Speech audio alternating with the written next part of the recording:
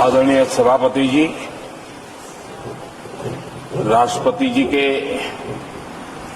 अभिभाषण पर धन्यवाद देने के लिए मैं भी इस चर्चा में शामिल हुआ हूं। राष्ट्रपति महोदया के भाषण में देशवासियों के लिए प्रेरणा भी थी, प्रोत्साहन भी था और एक प्रकार से सत्य मार्ग को पुरस्कृत भी किया गया था। आदरणीय सभापति जी, पिछले 2-2.5 दिन में इस चर्चा में करीब 70 माननीय सांसदों ने अपने विचार रखे हैं। इस चर्चा को समृद्ध बनाने के लिए राष्ट्रपति महोदया के अभिभाषण को व्याख्यायित करने में आप सभी माननीय सांसदों ने जो योगदान दिया है, इसके लिए मैं आप सबका भी आभार व्यक्त करता हूं।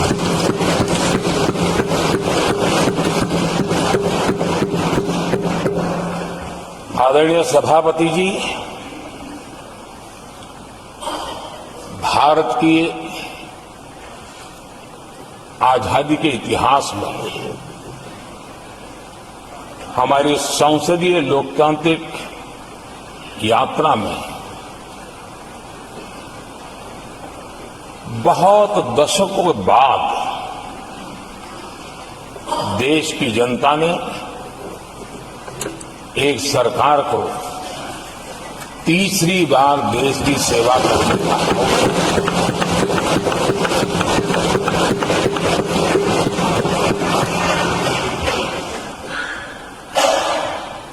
60 साल के बाद ये हुआ है कि 10 साल के बाद कोई एक सरकार फिर से उसकी वापसी हुई है। और मैं जानता हूं कि भारत के लोकतंत्र की 6 दशक के बाद आई हुई घटना असामान्य घटना है और कुछ लोग जानबूझकर के उससे अपना मुंह फेर करके बैठे रहे। कुछ लोगों को समझ नहीं आया और जिनको समझ आया उन्होंने हो हल्ला उस दिशा में किया कि ताकि देश की जनता की इस विवेक बुद्धि पर, देश की जनता के इस महत्वपूर्ण निर्णय पर कैसे छाया कर दी जाए, कैसे उसको ब्लैकआउट किया जाए, इसकी कोशिश हुई। लेकिन मैं पिछले 2 दिन से देख रहा हूं कि आखिर तक पराजय भी स्वीकार हो रहा है और दबे मन से, कम मन से विजय भी स्वीकार हो रहा है।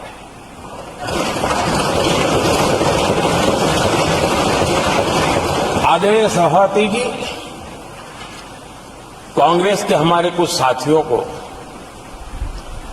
मैं हृदय से धन्यवाद करना चाहता हूं, क्योंकि नतीजे आए तब से हमारे एक साथी की तरफ से मैं देख रहा था, उनकी पार्टी उनको समर्थन तो नहीं करते थे, लेकिन अकेले झंडा लेकर दौड़ रहे थे। और मैं कहता हूं, वो जो कहते थे उनके मुंह में घी शक्कर। और ये मैं क्यों कह रहा हूं? क्योंकि उन्होंने बार बार ढोल पीटा था 1/3 सरकार। आदरणीय सभापति जी, 10 वर्षों के अखंड, एकनिष्ठ, अविरत सेवा भाव से किए हुए कार्य को देश की जनता ने जी भर करके समर्थन दिया है। देश की जनता ने आशीर्वाद दिए हैं। आदरणीय सभापति जी, इस चुनाव में देशवासियों के विवेक बुद्धि पर गर्व होता है, क्योंकि उन्होंने प्रोपेगेंडा को परास्त कर दिया है।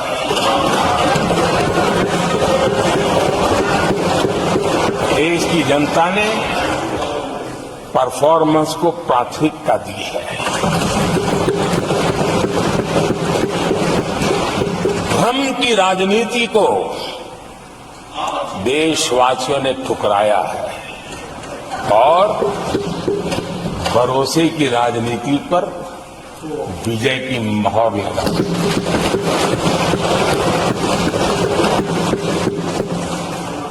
आदरणीय सभापति जी, संविधान के 75वें वर्ष में हम प्रवेश कर रहे हैं। इस सदन के लिए भी ये पड़ाव विशेष है, क्योंकि इसे भी 75 साल हुए हैं और इसलिए एक सुखद संयोग है। आदरणीय सभापति जी, मेरे जैसे बहुत लोग हैं इस देश के सार्वजनिक जीवन में, जिनके परिवार में कोई गांव का सरपंच भी नहीं रहा है, गांव का प्रधान भी नहीं रहा है, राजनीति से कोई सरोकार नहीं रहा है, लेकिन आज अनेक महत्वपूर्ण पदों पर पहुंच करके देश की सेवा कर रहा है। और उसका कारण बाबा साहब आम्बेडकर ने जो संविधान दिया है, उसने हम जैसे लोगों को अवसर दिया है। और मेरे जैसे अनेक लोग हैं जिनको बाबा साहब आम्बेडकर द्वारा दिए गए संविधान के कारण यहां तक आने का अवसर मिला है और जनता जनार्दन ने उस पर मोहर लगाई, तीसरी बार आने का मौका मिल गया।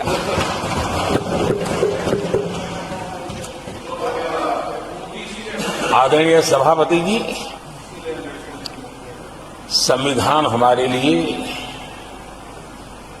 ये कोई आर्टिकल्स का कंपाइलेशन मात्र नहीं है,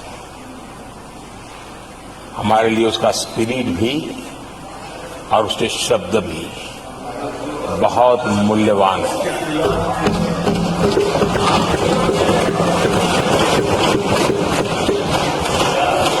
और हमारा मानना है कि किसी भी सरकार के लिए,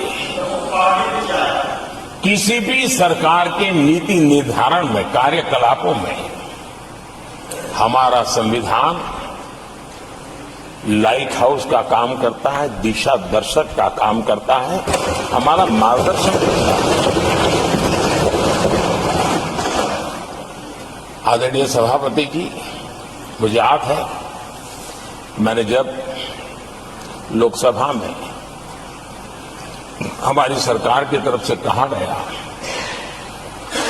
कि हम 26 नवंबर को संविधान दिवस के रूप में मनाएंगे, तो मैं हैरान हूं जो आज संविधान की प्रत लेकर के कूदते रहते हैं, दुनिया में लहराते रहते हैं, उन लोगों ने विरोध किया था 26 जनवरी तो है, तो संविधान दिवस क्यों लाए?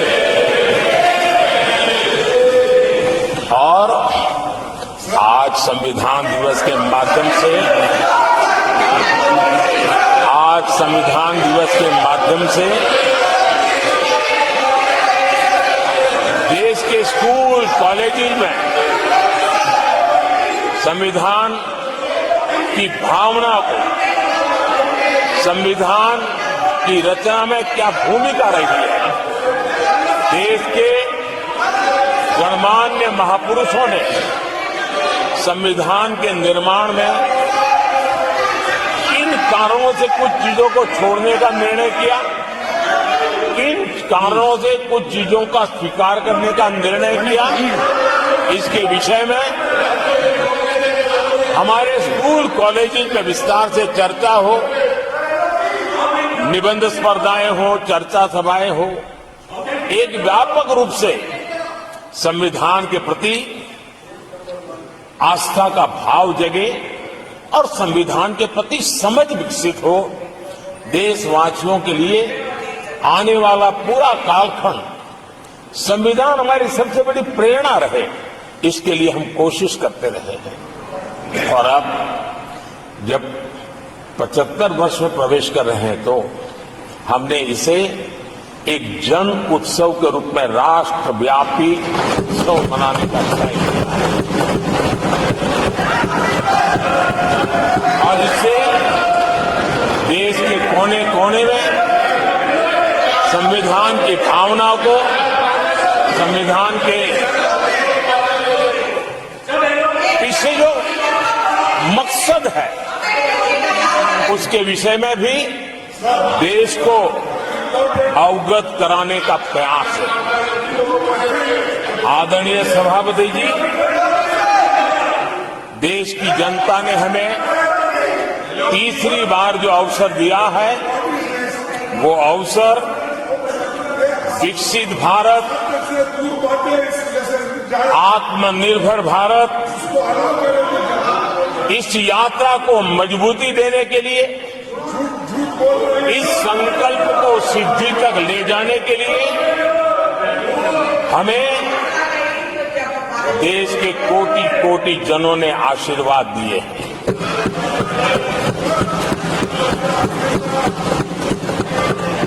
आदरणीय सभापति जी, ये चुनाव 10 वर्ष की सिद्धियों पर तो मोहर है ही, लेकिन ये चुनाव भविष्य के संकल्पों के लिए भी देश की जनता ने हमें चुना, क्योंकि देश की जनता का एकमात्र भरोसा हम पर होने के कारण आने वाले सपनों को, संकल्पों को सिद्ध करने के लिए हमें अवसर दिया। आदरणीय सभापति जी, देश भली भांति जानता है, देश ने पिछले 10 वर्षों में हमारे देश की अर्थव्यवस्था को 10 नंबर से 5 नंबर पर पहुंचाने में सफलता पाई और जैसे जैसे नंबर निकटता की सिद्धि की ओर पहुंचता है, एक की तरफ पहुंचता है, तो चुनौतियां भी बढ़ती हैं और कोरोना के कठिन कालखंड के बावजूद, संघर्ष की वैश्विक परिस्थितियों के बावजूद, तनाव के वातावरण के बावजूद भी हम हमारे देश की अर्थव्यवस्था को 10 नंबर से आज विश्व में 5 नंबर पर पहुंचाने में सफल हुए।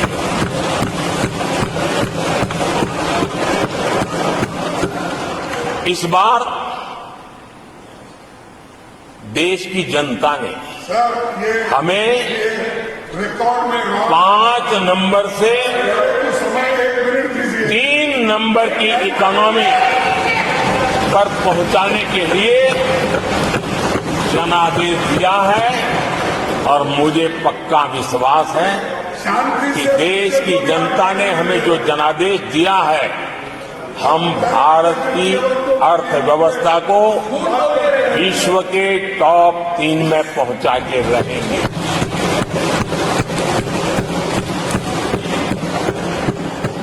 मैं जानता हूं आदरणीय सभापति जी, यहां कुछ ऐसे विद्वान हैं जो ये मानते हैं कि इसमें क्या है, ये तो होने ही वाला है, ये तो अपने आप तीसरे नंबर पर पहुंचने वाली है, ये तो अपने आप हो ही जाएगा। ऐसे विद्वान है। अब ये लोग ऐसे हैं जिन्होंने ऑटो पायलट मोड पर सरकार चलाने का या तो रिमोट पायलट पर सरकार चलाने का उनको आदी है, इसलिए वो कुछ करना धरने में विश्वास नहीं करते।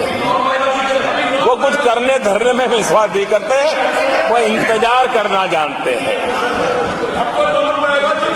लेकिन हम परिश्रम में कोई कमी नहीं रखेंगे।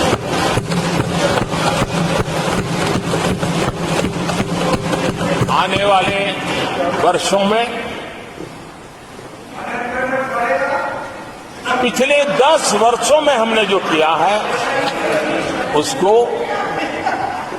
गति भी बढ़ाएंगे, उसका विस्तार भी बढ़ाएंगे और गहराई भी होगी, ऊंचाई भी होगी और हम इस संकल्प को पूरा करेंगे। आदरणीय सभापति जी, चुनाव के दरमियान मैं देशवासियों को कहता था कि जो 10 साल हमने काम किया है, हमारे जो सपने और संकल्प है उसके हिसाब से तो ये एपेटाइजर है, मेन कोर्स तो अभी शुरू हुआ।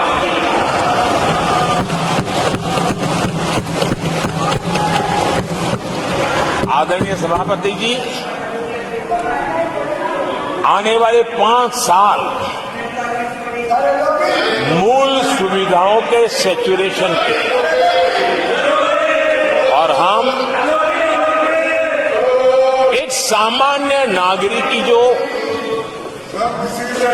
रोजमर्रा की जिंदगी की आवश्यकताएं होती हैं, एक गरिमापूर्ण जीवन जीने के लिए जिन व्यवस्थाओं की, जिन सुविधाओं की, जिस प्रकार के गवर्नेंस की आवश्यकताएं होती हैं, हम इन मूलभूत सुविधाओं के सैचुरेशन का युग के रूप में उसको परिवर्तित करना चाहते हैं। आदरणीय सभापति जी, आने वाले 5 वर्ष गरीबों के खिलाफ निर्णायक लड़ाई के हैं। आने वाले 5 वर्ष गरीबी के खिलाफ गरीबों की लड़ाई, और मैं मानता हूं गरीब जब गरीबी के खिलाफ लड़ाई के लिए एक सामर्थ्य के साथ खड़ा हो जाता है तो गरीबों की गरीबी के खिलाफ की लड़ाई सफलता को प्राप्त करती है। और इसलिए आने वाले 5 साल गरीबी के खिलाफ लड़ाई के निर्णायक वर्ष हैं और ये देश गरीबी के खिलाफ लड़ाई में विजयी होकर के रहेगा। ये पिछले 10 साल के अनुभव के आधार पर मैं बहुत विश्वास से कह सकता हूं।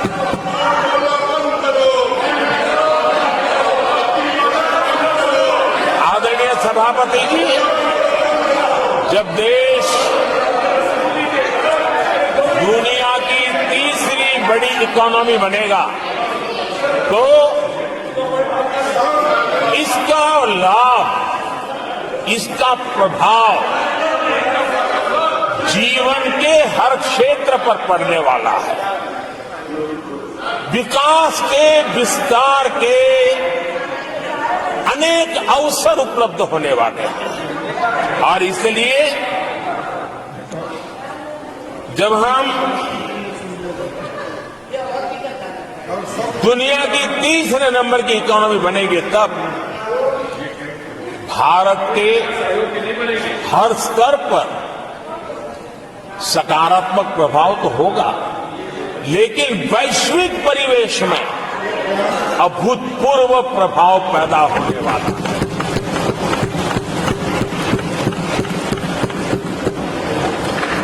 आदरणीय सभापति जी, हम आने वाले कालखंड में नए स्टार्टअप्स का, नई कंपनियों का वैश्विक उभार देख रहे हैं और मैं देख रहा हूं कि आने वाले कालखंड में हमारे टियर 2, टियर 3 सिटीज भी ग्रोथ इंजन की भूमिका में देश में बहुत बड़ा कंट्रीब्यूशन करेगा। आदरणीय सभापति जी, ये शताब्दी टेक्नोलॉजी ड्रिवन शताब्दी है और इसलिए हम कई नए सेक्टर्स में नए फुटप्रिंट्स भी अवश्य रूप से देखेंगे। आदरणीय सभापति जी, आने वाले 5 साल में पब्लिक ट्रांसपोर्ट में बहुत तेजी से बदलाव आने वाला है और इसका लाभ भारत के कोटि कोटि जनों को जल्द से जल्द मिले, उस दिशा में हम गंभीरता से आगे बढ़ना चाहते हैं। आदरणीय सभापति जी, भारत की विकास यात्रा में हमारे छोटे शहर, चाहे खेल जगत हो, चाहे शिक्षा जगत हो, चाहे इनोवेशन हो, चाहे पेटेंट की रजिस्ट्री हो, मैं साफ देख रहा हूं कि हमारे छोटे छोटे शहर, हजारों की तादाद में से शहर भारत में एक विकास का नया इतिहास गढ़ने वाले हैं।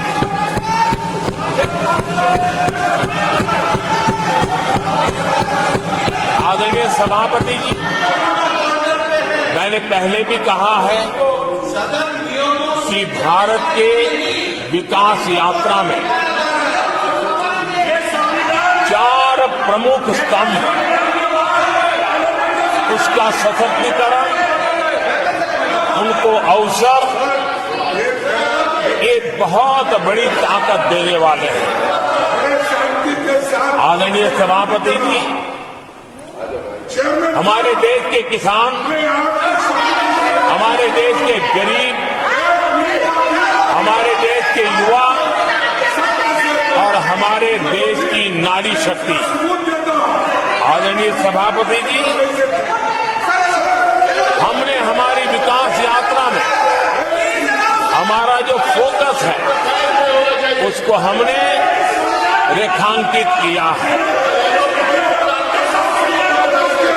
आदरणीय सभापति जी, यहां भी कई साथियों ने खेती और किसानी को लेकर के हर एक ने विस्तार से अपने विचार रखे और अनेक बातें सकारात्मक रूप से भी रखी है। मैं किसानों को लेकर सभी सदस्यों को और उनकी भावनाओं का आदर करता हूं। बीते 10 वर्ष में हमारी खेती हर प्रकार से लाभकारी हो, किसान को लाभकारी हो, उस पर हमने हमारा ध्यान केंद्रित किया है और अनेक योजनाओं से उसको हमने ताकत देने का प्रयास किया है। चाहे फसल के लिए ऋण हो, लगातार नए बीज किसानों को उपलब्ध हो, खाद की कीमत उचित हो और फसल बीमा का लाभ पहले की सारी मुसीबतें दूर करते थे, किसानों को सरलता से उपलब्ध हो, ऐसी व्यवस्था की। चाहे एमएसपी पर खरीद की बात हो, हमने पुराने सारे रिकॉर्ड तोड़ करके किसानों को लाभ पहुंचाया। एक प्रकार से बीज से बाजार तक हमने किसानों के लिए हर व्यवस्था को बहुत माइक्रो प्लानिंग के साथ मजबूती देने का भरपूर भरसक प्रयास किया है और व्यवस्था को हमने चाक चौबंद किया है। आदरणीय सभापति जी, पहले हमारे देश में छोटे किसानों को किसान क्रेडिट कार्ड लोन पाना करीब करीब न के बराबर था, बहुत मुश्किल था, जबकि उनकी संख्या सबसे अधिक आज हमारी नीतियों के कारण, किसान क्रेडिट कार्ड के विस्तार के कारण, आदरणीय सभापति जी, हमने किसानी को एक व्यापक स्वरूप में देखा और उस व्यापक स्वरूप में हमने किसान क्रेडिट कार्ड पशुपालकों को और मछुआरों को किसान क्रेडिट कार्ड का हमने लाभ मुहैया कराया है और इसके कारण हमारे किसानों का खेती के काम को, उसके विस्तार को भी मजबूती मिली है। उस दिशा में भी हमने काम किया है। आदरणीय सभापति जी,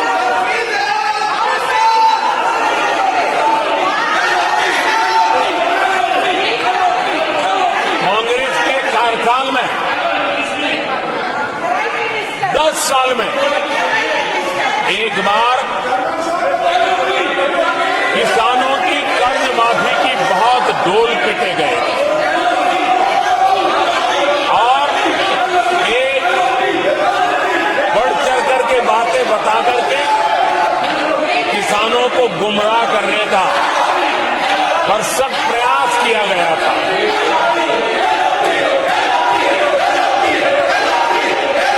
और 7,000 करोड़ की कर्ज माफी, उसका इतना हल्ला मचाया था और एक अनुमान था कि उसके लाभार्थी करीब देश के 3 करोड़ किसान थे। सामान्य गरीब छोटे किसान का तो उसमें नामो निशान नहीं था। जिसको सबसे जरूरत थी, इसकी उनकी योजना में कोई परवाह नहीं थी और उन तक कोई लाभ पहुंच भी नहीं पाया था। लेकिन आदरणीय सभापति जी, जब किसान कल्याण हमारी सरकार के हृदय में, केंद्र में हो, तो नीतियां कैसी बनती हैं, कल्याण कैसे होता है, लाभ कैसे पहुंचता है, उसका मैं इस सदन को उदाहरण देना चाहता हूं। आदरणीय सभापति जी, हमने प्रधानमंत्री किसान सम्मान योजना चलाई और पीएम किसान सम्मान योजना का आपको नहीं की जानकारी और ये आचरण सही नहीं है। 10 करोड़ किसानों को हुआ। इसकी असंसदीय आचरण की भर्त्सना करता हूँ और हमने में आप अपने स्थान पर बैठ जाएं। 3 लाख करोड़ रुपए मैं हम सदस्यों किसानों से को अनुरोध करता दे हूं कि अपने चुके स्थान पर बैठ जाएं। हैं। ये आचरण सही नहीं है।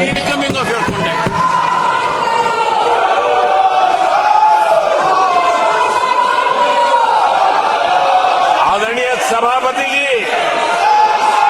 देश देख रहा है,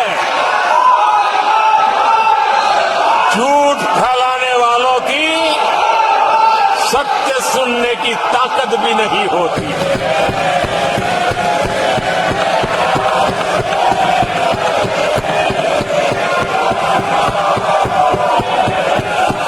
इनका सत्य से मुकाबला करना, इसके लिए जिनके हौसले नहीं है, वो बैठ करके इतनी चर्चा के बाद उन्होंने उठाए हुए सवालों के जवाब भी सुनने की हिम्मत नहीं है। इन्होंने ये अपर हाउस को अपमानित कर रहे हैं। इस अपर हाउस की महान परंपरा को अपमानित कर रहे हैं। आदरणीय सभापति जी, देश की जनता ने हर प्रकार से उनको इतना पराजित कर दिया है कि अब उनके पास गली मोहल्ले में चीखने के सिवाय कुछ बचा नहीं। नारेबाजी, हो हल्ला और मैदान छोड़ के भाग जाना, यही उनके नसीब में लिखा हुआ है। माननीय सदस्यगण, अत्यंत दर्दनाक, पीड़ादायक, अमर्यादित आचरण से देखकर मैं हूं। शासन तीसरे निरंतर लगातार काल में है। 6 दशक के बाद मैंने चर्चा की और मैंने अनुरोध किया कि प्रतिपक्ष के नेता को बिना बेरोक टोक बोलने का सुअवसर दिया। आज वो सदन छोड़कर नहीं गए हैं, मर्यादा छोड़कर गए हैं। आज उन्होंने मुझे पीठ नहीं दिखाई है, भारत के संविधान को पीठ दिखाई है। आज उन्होंने मेरा अनादर और आपका अनादर नहीं किया है, उस शपथ का अनादर किया है जो संविधान के तहत ली है। भारत के संविधान की इससे बड़ी अपमानित बात नहीं हो सकती। ऐसा कैसे हो सकता है? House of elders, the upper house, हमें देश का मार्गदर्शन करना है।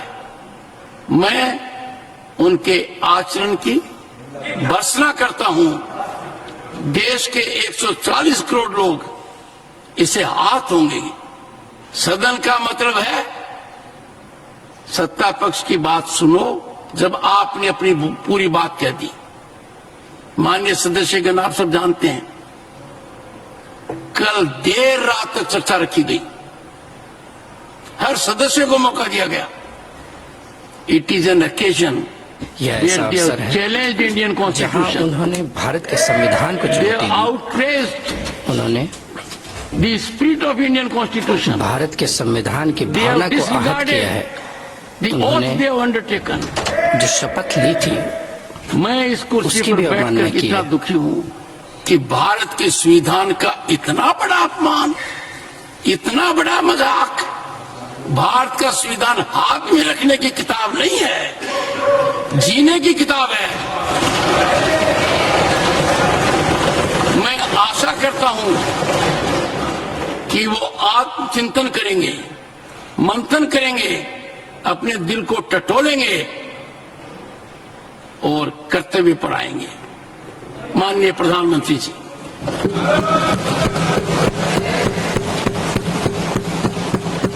आदरणीय सभापति जी, आपकी वेदना मैं समझ सकता हूं।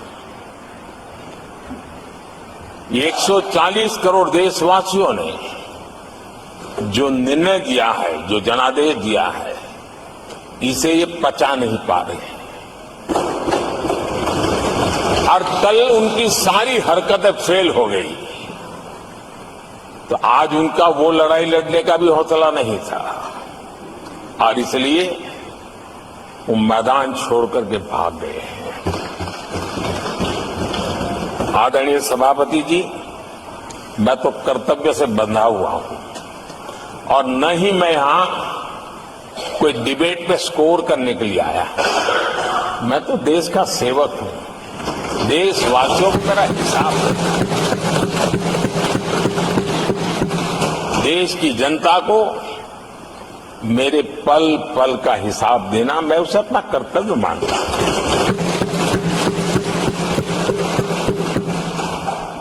आदरणीय सभापति जी, वैश्विक परिस्थितियां ऐसी पैदा हुई कि फर्टिलाइजर के लिए बहुत बड़ा संकट पैदा हुआ। हमने देश के किसान को मुसीबत में नहीं आने दिया, और हमने करीब करीब 12 लाख करोड़ रुपया फर्टिलाइजर में सब्सिडी दी है, और जो भारत की आजादी के इतिहास में सर्वाधिक है। और इसी का परिणाम है कि हमारे किसान को फर्टिलाइजर का इतना बड़ा बोझ उस तक हमने जाने नहीं दिया। सरकार ने अपने कंधे पर उसको उठा लिया है। आदरणीय सभापति जी, हमने एमएसपी में भी रिकॉर्ड बढ़ोतरी की है। इतना ही नहीं, खरीद के भी नए रिकॉर्ड बनाए हैं। पहले एमएसपी की घोषणा होती थी, लेकिन किसानों से कुछ भी लिया नहीं जाता था, बातें बताई जाती थी। पहले की तुलना में अनेक गुना ज्यादा खरीदी कर करके हमने किसानों को सामर्थ्यवान बनाने का प्रयास किया।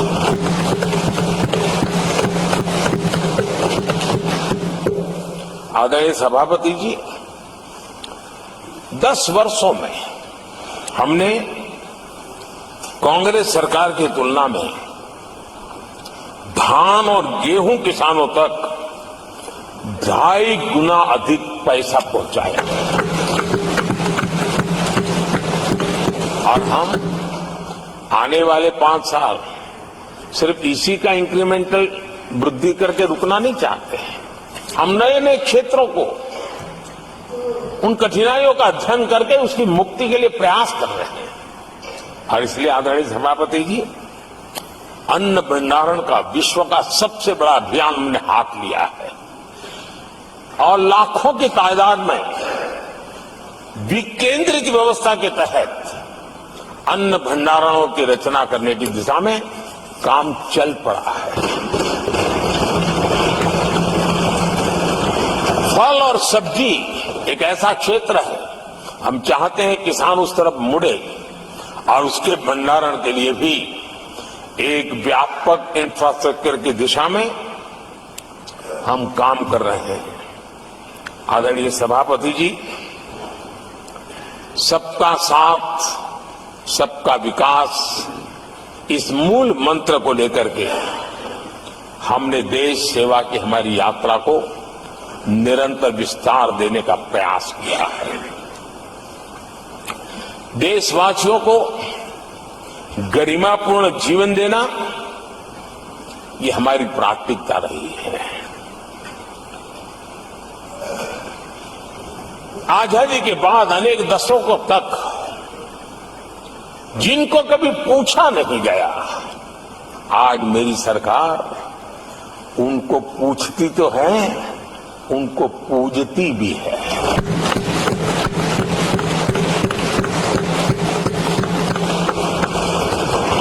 हमारे दिव्यांग भाई बहनों के साथ हमने मिशन मोड में उनकी कठिनाइयों को समझ करके माइक्रो लेवल पर उसको एड्रेस करने का प्रयास किया है और व्यवस्थाएं विकसित करने का प्रयास किया है ताकि वे गरिमापूर्ण जीवन जी सकें और कम से कम किसी का सहारा उनको लेना पड़े, इस दिशा में हमने काम किया है।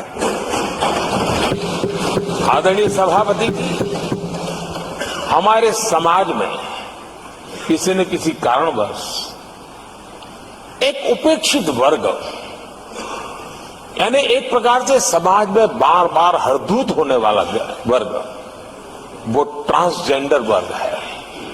हमारी सरकार ने ट्रांसजेंडर साथियों के लिए कानून बनाने का काम किया है और जब पश्चिम की दुनिया के लोग ये सुनते हैं तो उनको भी गर्व होता है। जब भारत इतना प्रोग्रेसिव है, भारत की तरफ बड़े गर्व की नजर से देखा जाता है। हमने उनको मुख्य धारा में लाने का प्रयास शुरू किया है। आपने देखा होगा पद्मा अवार्ड में भी ट्रांसजेंडर को अवसर देने में हमारी सरकार आ जाएगी।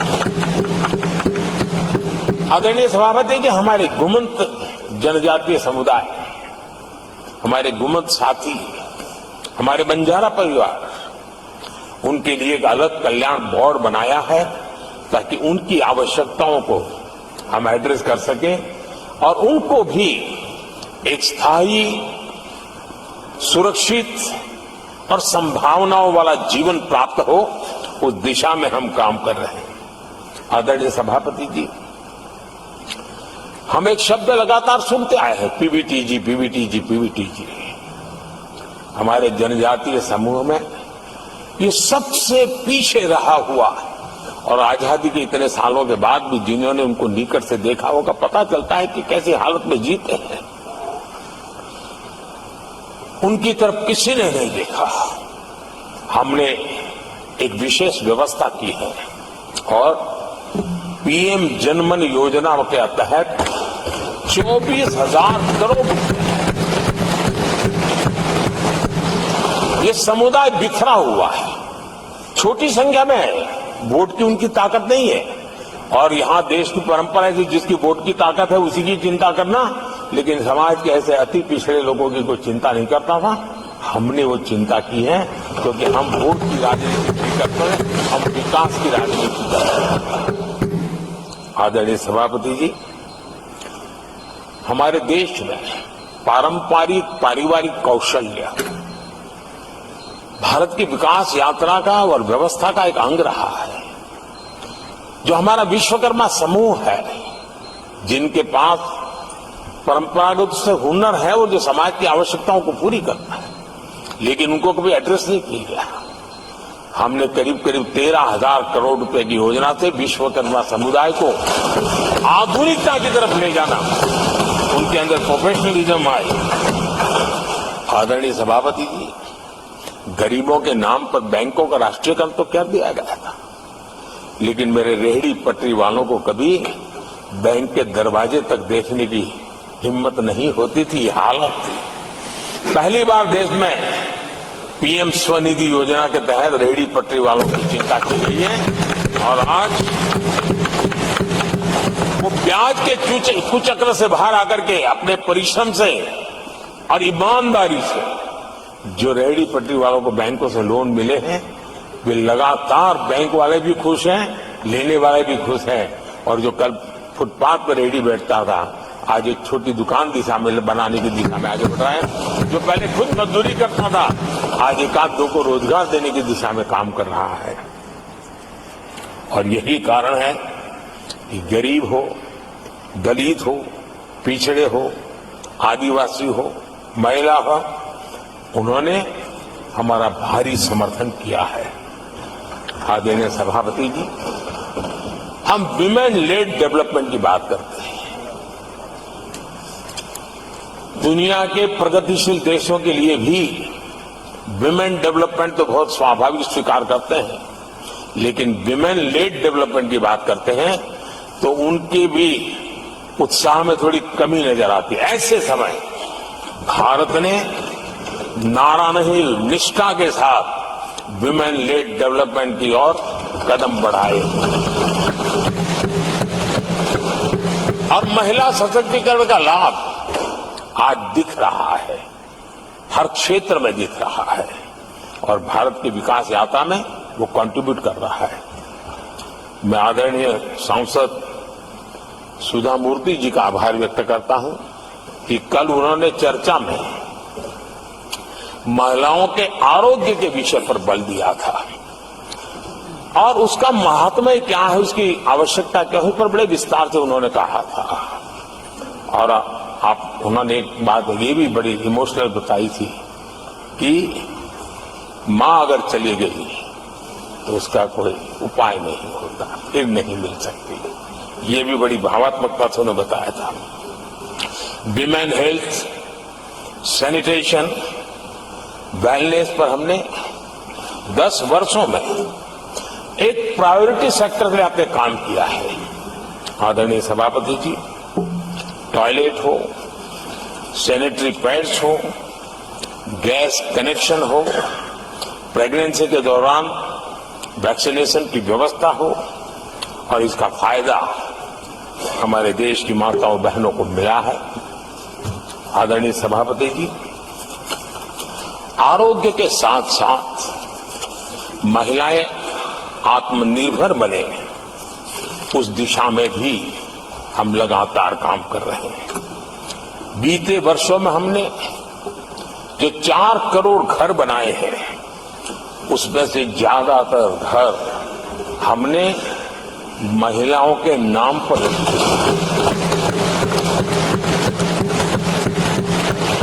बैंकों में खाते खुलने से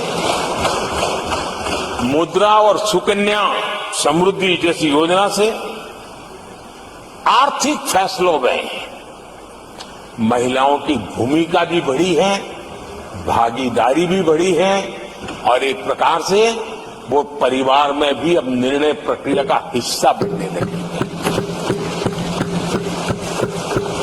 आदरणीय सभापति जी, विमेन सेल्फ हेल्प ग्रुप्स, उससे जुड़ी 10 करोड़ बहनें, उनका आत्मविश्वास तो बढ़ा ही बढ़ा है, उनकी आय भी बढ़ी है। अभी तक 1 करोड़ बहनें जो ये सेल्फ हेल्प ग्रुप में काम करती हैं, छोटा छोटा गांव में कारोबार करती है, मिल करके करती है, किसी गांव वालों की भी नजर नहीं जाती इनकी तरफ। आज मैं बड़े गर्व से कह सकता हूं कि उन्हीं में से 1 करोड़ बहनें लखपति दीदी हैं और हम आने वाले समय में ये आंकड़ा 3 करोड़ बहनों को लखपति दीदी बनाने की दिशा में बढ़ा रहे हैं। आदरणीय सभापति जी, सरकार का प्रयास है कि हर नए सेक्टर को हमारी महिलाएं लीड करें, वो अगुवाई करें, उस दिशा में हम प्रयास कर रहे हैं। नई टेक्नोलॉजी आती है, लेकिन महिलाओं के नसीब बहुत बहुत आखिर में आती है। हमारी कोशिश है कि नई टेक्नोलॉजी का पहला अवसर हमारी महिलाओं के हाथ लगे और वे इसको करें। और इसी के तहत नमो ड्रोन दीदी ये अभियान बहुत सफलतापूर्वक आगे बढ़ा है और आज गांव में किसानों को मदद करने का टेक्नोलॉजी के माध्यम से काम गांव की हमारी महिलाएं कर रही। और मैं जब उनसे बात कर रहा था, मुझे कह रही है, अरे साहब हम लोग कभी साइकिल भी नहीं चलाना जानते थे, आपने हमें पायलट बना दिया है और पूरा गांव हमें पायलट दीदी के नाम से जानने लगा। और इस गरिमापूर्ण बात उनके जीवन में आगे बढ़ने के लिए बहुत बड़ी ताकत बन जाता है, एक बहुत बड़ा ड्राइविंग फोर्स बन जाता है। आदरणीय सभापति जी, देश का दुर्भाग्य है कि ऐसे संवेदनशील मामलों में भी राजनीति जब होती है तब देशवासियों को, विशेषकर महिलाओं को अकल्प पीड़ा होती है। ये जो महिलाओं के साथ होते अत्याचार में विपक्ष का जो सिलेक्टिव रवैया है, ये सिलेक्टिव रवैया बहुत ही चिंताजनक है। आदरणीय सभापति जी, मैं आपके माध्यम से देश को बताना चाहता हूं, मैं किसी राज्य के खिलाफ नहीं बोल रहा हूं, न ही मैं कोई राजनीतिक स्कोर करने के लिए बोल रहा हूं, लेकिन कुछ समय पहले मैंने बंगाल से आई कुछ तस्वीरों को सोशल मीडिया पे वीडियो देखा। एक महिला को वहां सरेआम सड़क पर पीटा जा रहा, वो बहन चीख रही है, लेकिन वहां खड़े हुए कोई उसकी मदद के लिए नहीं आ रहा है, वीडियो बनाने में लगे हुए हैं। और जो घटना संदेश खाली में हुई, जिसकी तस्वीरें रोंगटे खड़े करने वाली है, लेकिन बड़े बड़े दिग्गज मैं सुन रहा हूं कल से, इसके लिए पीड़ा उनके शब्दों में भी नहीं झलक रही है। इससे बड़ा शर्मिंदगी का दुखद चित्र क्या हो सकता है? और जो अपने आप को बहुत बड़े प्रगतिशील नारी नेता मानते हैं, वो भी मुंह पे ताले लगा करके बैठ गए, क्योंकि संबंध उनके राजनीतिक जीवन से जुड़े किसी दल से या उस राज्य से है, और इसलिए आप महिलाओं पर हो रही पीड़ा को चुपचाप हो जाए। आदरणीय सभापति जी, मैं समझता हूं कि जिस प्रकार से दिग्गज लोग भी ऐसी बातों को नजरअंदाज करते हैं, तब देश को तो पीड़ा होती है, हमारी माताओं बहनों को ज्यादा पीड़ा होती है। आदरणीय सभापति जी, राजनीति इतनी सिलेक्टिव हो और जहां उनकी राजनीति को अनुकूल नहीं होता है तो इनको साफ सूंघ जाता है, ये बहुत चिंता का विषय है। आदरणीय सभापति जी, भारत की जनता ने तीसरी बार पूर्ण बहुमत की स्थिर सरकार चुनकर देश में तो स्थिरता और निरंतरता को तो आदेश दिया ही है, लेकिन इस चुनाव के नतीजों ने विश्व को आश्वस्त किया है। आदरणीय सभापति जी,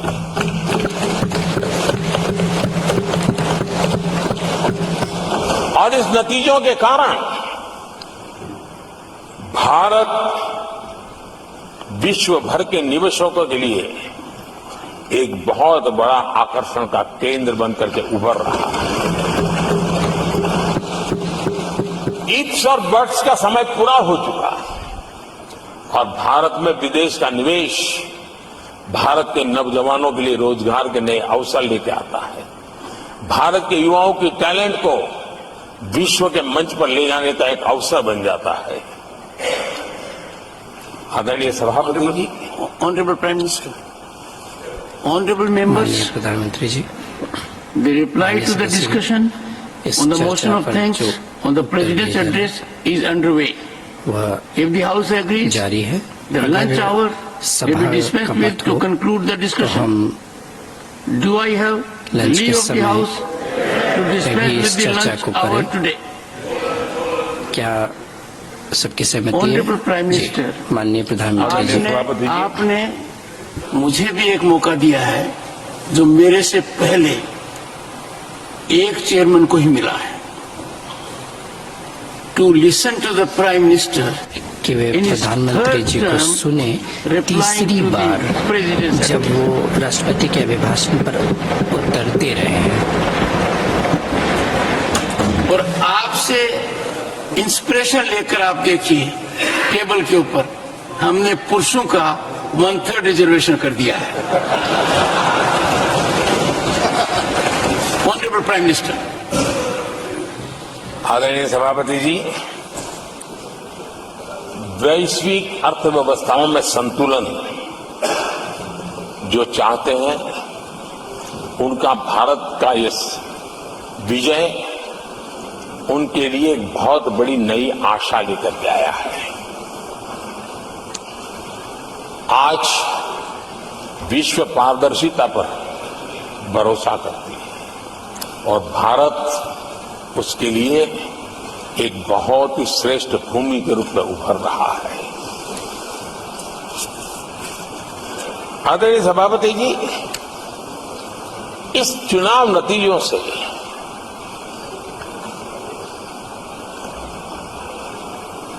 जो कैपिटल मार्केट है उसमें तो उछाल नजर आ ही रहा है, लेकिन दुनिया में भी बहुत बड़ा उमंग और आनंद का माहौल है। मैं अपने व्यक्तिगत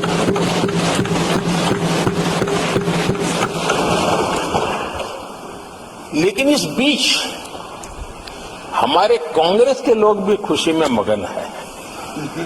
मैं समझ नहीं पाता हूं कि ये खुशी का कारण क्या है, और इस पर कई सवाल है।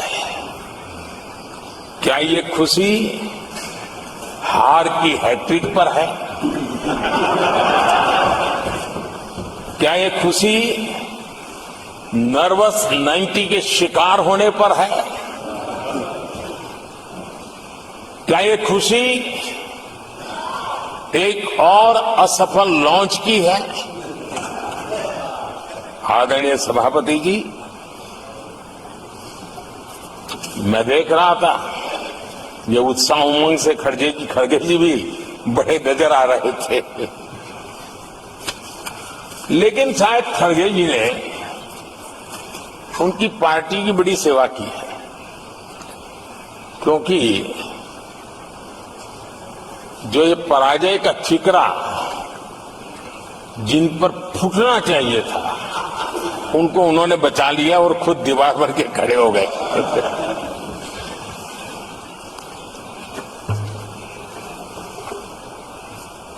और कांग्रेस का रवैया ऐसा रहा है कि जब जब ऐसी परिस्थिति आती है तो दलित को, पिछड़े को ही ये मार झेलनी पड़ती है और वो परिवार बच निकल जाता है। इसमें भी यही नजर आ रहा है।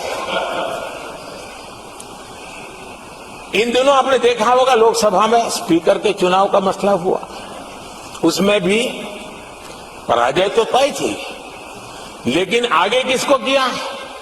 एक दलित को बड़ी चलाने के लिए खेल खेला उन्होंने। उनको मालूम था कि वो पराजित होने वाले, लेकिन उन्हीं को आगे किया।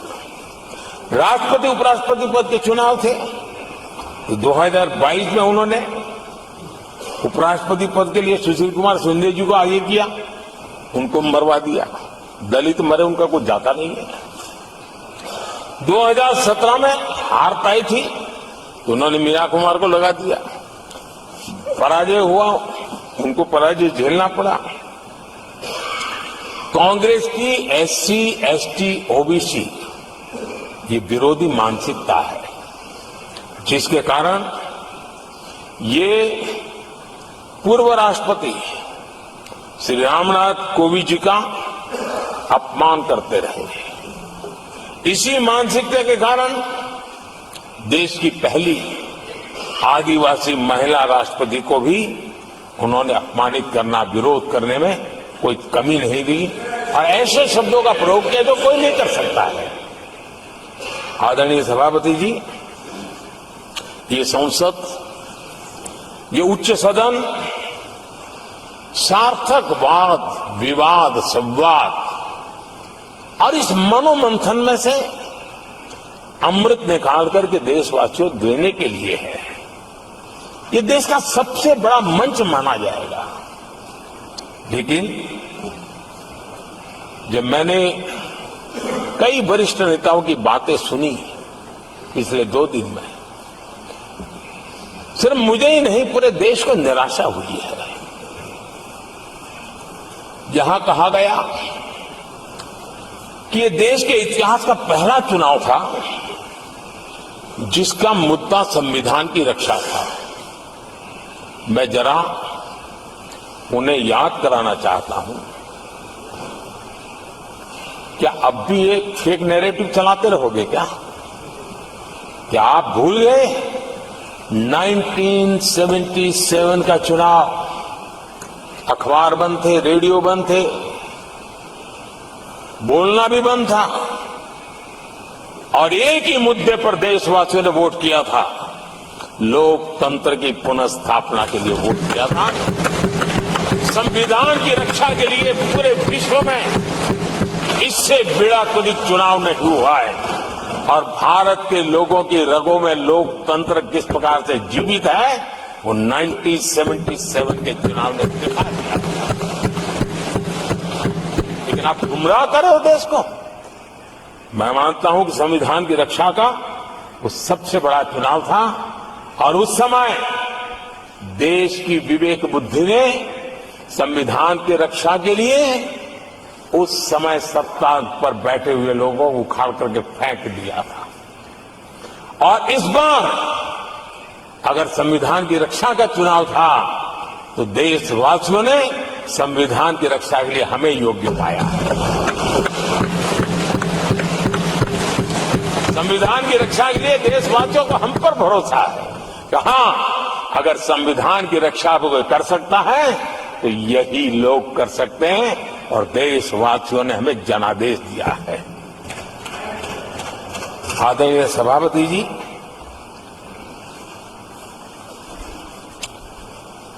जब खड़गे जी ऐसी बातें बोलते हैं तो जरा पीड़ादायक लगता है, क्योंकि इमरजेंसी के दौरान संविधान पर जो जुल्म हुआ, जो बुलडोजर चलाया गया संविधान के ऊपर, लोकतंत्र की धज्जियां उड़ा दी गई, तब उसी दल के महत्वपूर्ण नेता के रूप में उनके साक्षी है, फिर भी सदन को गुमराह कर रहे हैं। आदरणीय सभापति जी, आपातकाल को मैंने बहुत निकट से देखा है। करोड़ों लोगों को कल्पना भार की यातनाएं दी गई है, उनका जीना मुश्किल कर दिया गया था, और जो संसद के अंदर होता था वो तो रिकॉर्ड पर है। भारत के संविधान की बातें करने वालों को मैं पूछता हूं, जब आपने लोकसभा को 7 साल चलाया था, लोकसभा का कार्यकाल 5 साल है, वो कौन सा संविधान था जिसको लेकर के आपने 7 साल तक सत्ता की मौज ली और लोगों पर जुल्म करते रहे? और आप संविधान हमें सिखाते हो? आदरणीय सभापति जी,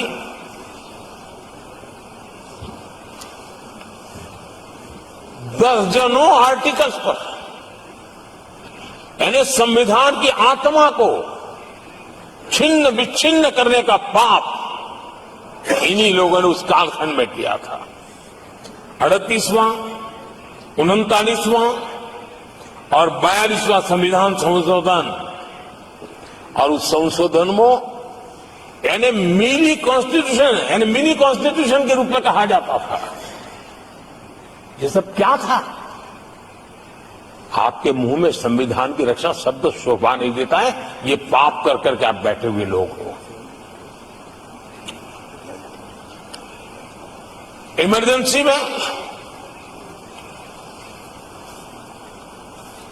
पिछली सरकार में 10 साल ये कैबिनेट में थे खड़गे जी, क्या हुआ था? प्रधानमंत्री संवैधानिक पद है, प्रधानमंत्री के पद के ऊपर एनएसी बैठ जाना, ये कौन से संविधान में से लाए थे व्यवस्था? इस संविधान में से बनाया था आप लोगों ने। आपने देश के प्रधानमंत्री पद की गरिमा को चकनाचूर कर दिया था, और रिमोट पायलट बनकर के आप उसके माथे पर बैठ गए थे। कौन सा संविधान आपको अनुमति देता है? आदरणीय सभापति जी, जरा ये बताएं हमको, वो कौन सा संविधान है जो एक सांसद को कैबिनेट के निर्णय को सार्वजनिक रूप से फाड़ देने का हक दे देता है? वो कौन सा संविधान था? किस हैसियत से बना गया था? आदरणीय सभापति जी, हमारे देश में लिखित रूप में प्रोटोकॉल की व्यवस्था है। राष्ट्रपति, उपराष्ट्रपति, प्रधानमंत्री, स्पीकर सब कैसे कहां होते हैं। कोई मुझे बताएं कि संविधान की मर्यादाओं को तार तार करके प्रोटोकॉल में एक परिवार को प्राथमिकता कैसे दी जाती थी। कौन सा संविधान था। संवैधानिक पदों पर बैठे हुए लोगों बाद में, एक परिवार के लोग पहले। कौन से संविधान की मर्यादा रखी थी आपने। और आज संविधान की बातें करते हैं, संविधान लहराते हैं, जय संविधान कहते हैं। अरे आप लोग तो India is Indira, Indira is India के नारे लगा करके जिए हो। आपको संविधान की कोई आदर भाव कभी व्यक्त कर नहीं पाए हो। आदरणीय सभापति जी, मैं बहुत गंभीरता से कह रहा हूं कि देश में कांग्रेस संविधान की सबसे बड़ी विरोधी है। उसके चहन में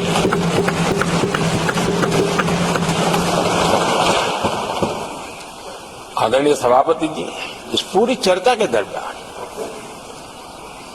उनको 200-500 साल की बातें करने का तो हक है, लेकिन इमरजेंसी की बात निकले तो वो तो बहुत पुराना हो गया। तो आपके पाप पुराने हो जाते तो खत्म हो जाते हैं क्या। आदरणीय सभापति जी, इस हाउस में कोशिश की गई संविधान की बात करना, लेकिन इमरजेंसी को कभी भी आने नहीं देना। ये चर्चा करने का अनुभव है। लेकिन ये देश, इनके साथ जो लोग बैठे हैं उसमें भी बहुत लोग हैं जो इमरजेंसी के भुक्तभोगी रहे हैं। लेकिन उनकी कुछ मजबूरियां होगी कि आज उनके साथ उन्होंने बैठना पसंद किया है। मतलब अवसरवादिता का ही दूसरा नाम है। संविधान के प्रति समर्पण का भाव होता तो ऐसा नहीं करते। आदरणीय सभापति जी, आपातकाल सिर्फ एक राजनीतिक संकट नहीं था। लोकतंत्र, संविधान के साथ साथ ये बहुत बड़ा मानवीय संकट भी था। अनेक लोगों को टॉर्चर किया गया था। अनेक लोग जेल में मृत्यु को शरण हुए थे। जयप्रकाश नारायण जी की स्थिति इतनी खराब हुई कि बाहर आकर के वो कभी ठीक नहीं हो पाए। ये हाल उन्होंने कर दिया था। और प्रताड़ना सिर्फ राजनेताओं के नहीं, आम आदमी को भी नहीं छोड़ा गया था, सामान्य आदमी को भी नहीं। और इनका इतने सारे जुल्म, उसमें इनके लोग भी थे अंदर, उनके साथ भी ये जुल्म हुआ। लेकिन आज भूल, आदरणीय सभापति, वो दिन ऐसे थे कि जो कुछ लोग घर से निकले कभी घर लौट करके वापस नहीं आए और पता तक नहीं चला कि उनका शरीर कहाँ गया। यहां तक की घटनाएं घटी थी। आदरणीय सभापति जी, ये बहुत सी पार्टियां जो उनके साथ बैठी हैं, वो अल्पसंख्यकों की आवाज होने का जरा दावा करते और बड़े ज्यादा चिल्ला करके बोलते हैं। क्या कोई मुजफ्फरनगर और तुर्कमान गेट, वहां अल्पसंख्यकों के साथ इमरजेंसी में क्या हुआ था, जरा याद करने की हिम्मत करते हैं क्या? बोलने की हिम्मत करते हैं क्या? आदरणीय सभापति जी, और ये कांग्रेस को क्लीन चिट दे रहे हैं। कैसे देश उनको माफ करेगा? ये शर्मनाक है कि ऐसी तानाशाही को भी आज सही कहने वाले लोग हाथ में संविधान की प्रत लेकर के अपने काले कारनामों को छुपाने की कोशिश कर रहे हैं।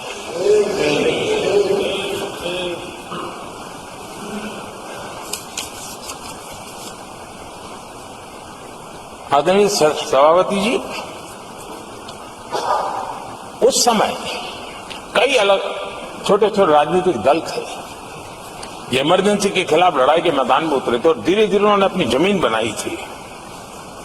आज वो कांग्रेस का सहयोग कर रहे हैं। और मैंने कल लोकसभा में कहा था, अब कांग्रेस का परजीवी युग शुरू हुआ है। ये परजीवी कांग्रेस है।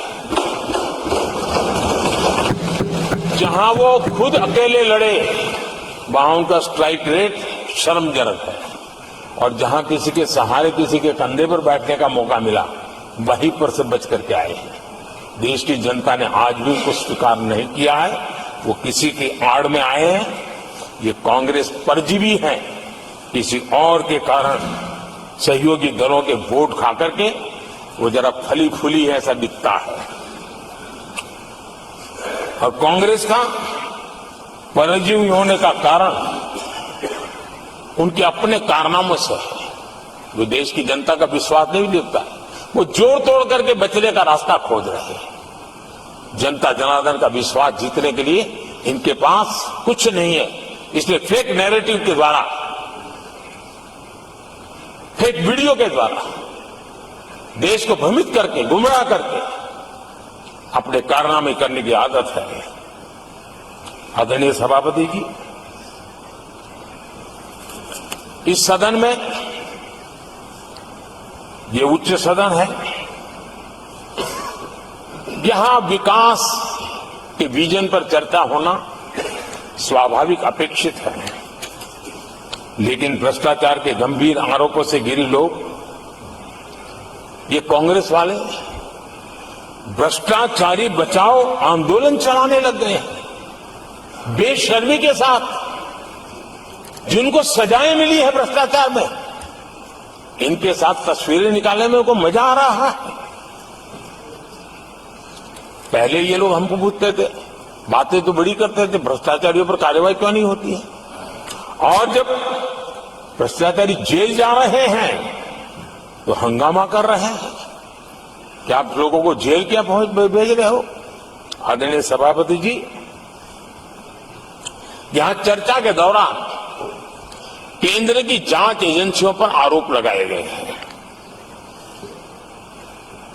जांच एजेंसियों का ये सरकार दुरुपयोग कर रही है, ऐसा कहा गया है।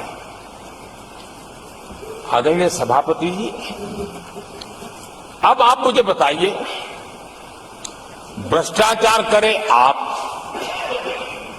शराब घोटाला करें आप, बच्चों के कांच के बनाने में घोटाला करें आप, पानी तक में घोटाला करें आप, आपकी शिकायत करे कांग्रेस,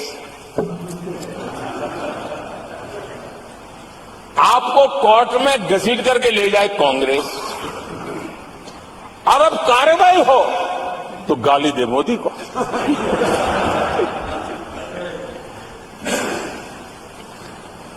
और अब आपस में जरा साथी बन गए हैं लोग। और हिम्मत है तो सदन में खड़े होकर के जवाब मांगो।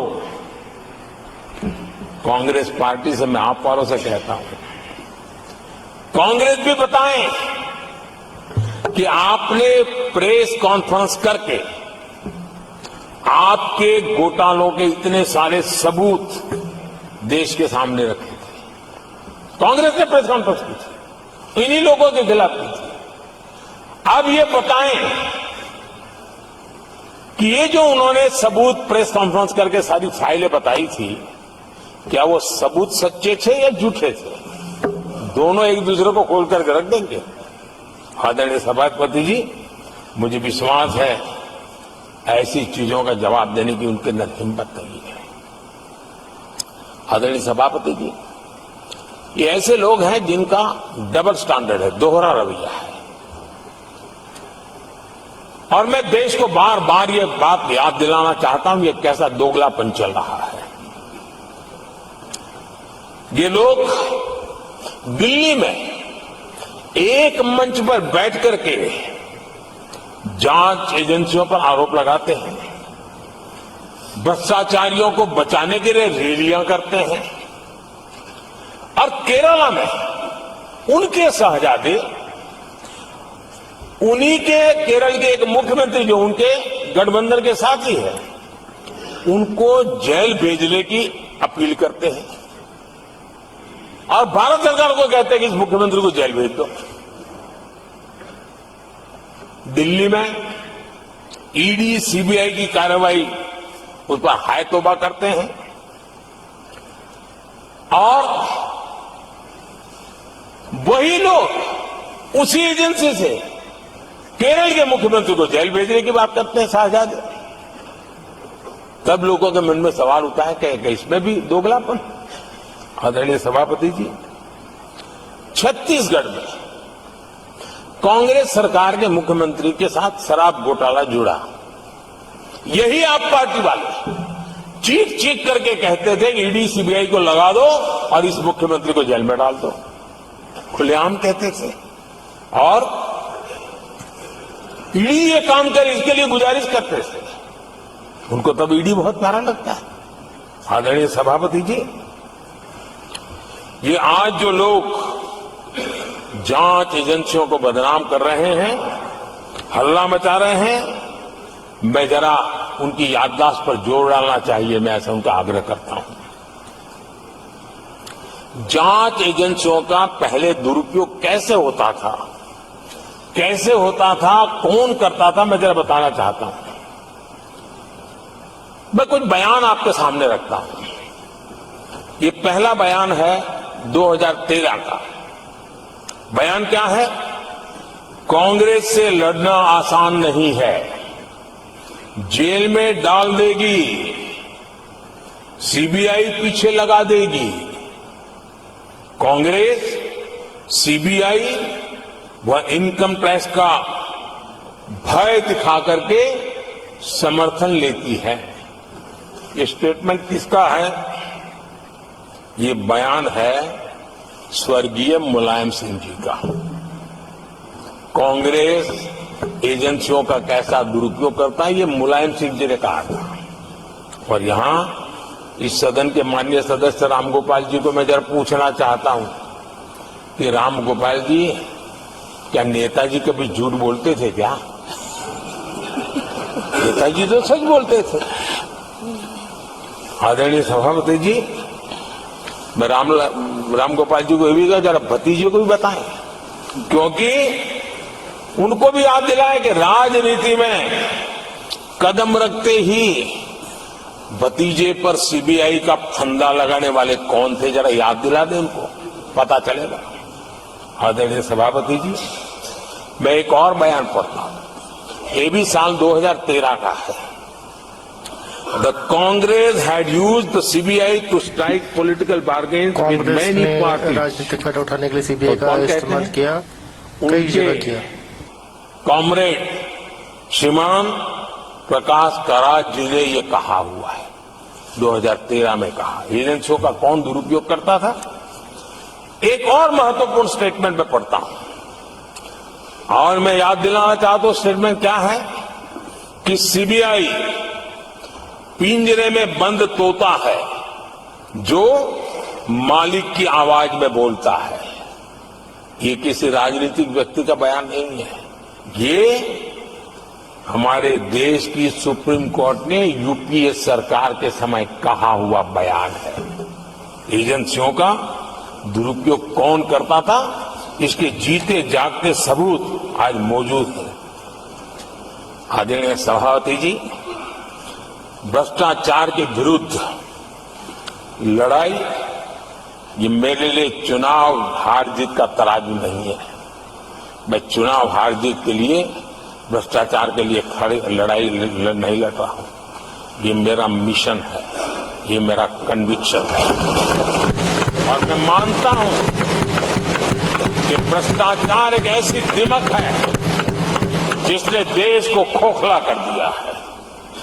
इस देश को भ्रष्टाचार से मुक्ति दिलाने के लिए, भ्रष्टाचार के प्रति सामान्य मानवी के मन में नफरत पैदा करने के लिए मैं जी जान से जुटा हुआ हूं और मैं इस पवित्र कार्य मानता हूं। 2014 में जब हमारी सरकार बनी तो हमने दो बड़ी बातें कही थी। एक, हमने कहा था मेरी सरकार गरीबों को समर्पित है, और दूसरा, भ्रष्टाचार पर, काले धन पर कड़ा प्रहार मेरी सरकार करेगी। ये मैंने 2014 में सार्वजनिक रूप से कहा था। इसी ध्येय को लेकर के एक तरफ गरीबों के कल्याण के लिए विश्व की सबसे बड़ी कल्याण योजना हम चला रहे हैं, गरीब कल्याण योजना चला रहे हैं। दूसरी तरफ भ्रष्टाचार के विरुद्ध नए कानून, नई व्यवस्थाएं, नए तंत्र हम विकसित कर रहे हैं। हमने भ्रष्टाचार निवारण अधिनियम 1988 उसमें संशोधन किया। हमने काले धन के खिलाफ एक नया कानून बनाया। बेनामी संपत्ति को लेकर हम नया कानून लेकर के आए। इन कानूनों से भ्रष्ट अधिकारियों पर भी कार्रवाई हो गई, लेकिन लीकेज हटाने के लिए हमने सकारात्मक रूप से गवर्नमेंट में भी बदलाव लाया। हमने डायरेक्ट बेनिफिट ट्रांसफर पर बल दिया। हमने डिजिटल टेक्नोलॉजी का भरपूर उपयोग किया है और तभी आज हर लाभार्थी तक उसके हक का फायदा तुरंत सीधा पहुंच रहा है। एक नए पैसे का लीकेज नहीं होता है। ये हमारी भ्रष्टाचार के खिलाफ लड़ाई का पहलू है। और जब सामान्य नागरिक को ये व्यवस्था मिलती है तब उसका लोकतंत्र में भरोसा बढ़ता है, उसको सरकार में अपनापन महसूस होता है और जब अपनापन महसूस होता है ना तब तीसरी बार बैठने का मौका मिलता है। आदरणीय सभापति जी,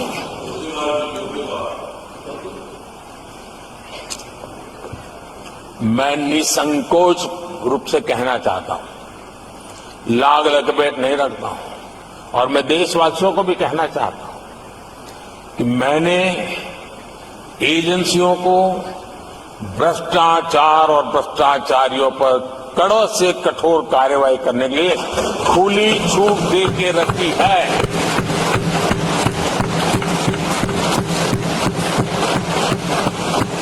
सरकार कहीं पर भी टांग नहीं अड़ाएगी। हां, वो ईमानदारी से काम करे, ईमानदारी के लिए काम करे, ये मेरी सूचना है। और आदरणीय सभापति जी, मैं फिर देशवासियों को कहना चाहता हूं, कोई भी भ्रष्टाचारी कानून से बच करके नहीं निकलेगा, ये मोदी की गारंटी है। आदरणीय सभापति जी, राष्ट्रपति जी ने अपने संबोधन में पेपर लीक को एक बड़ी समस्या बताया है।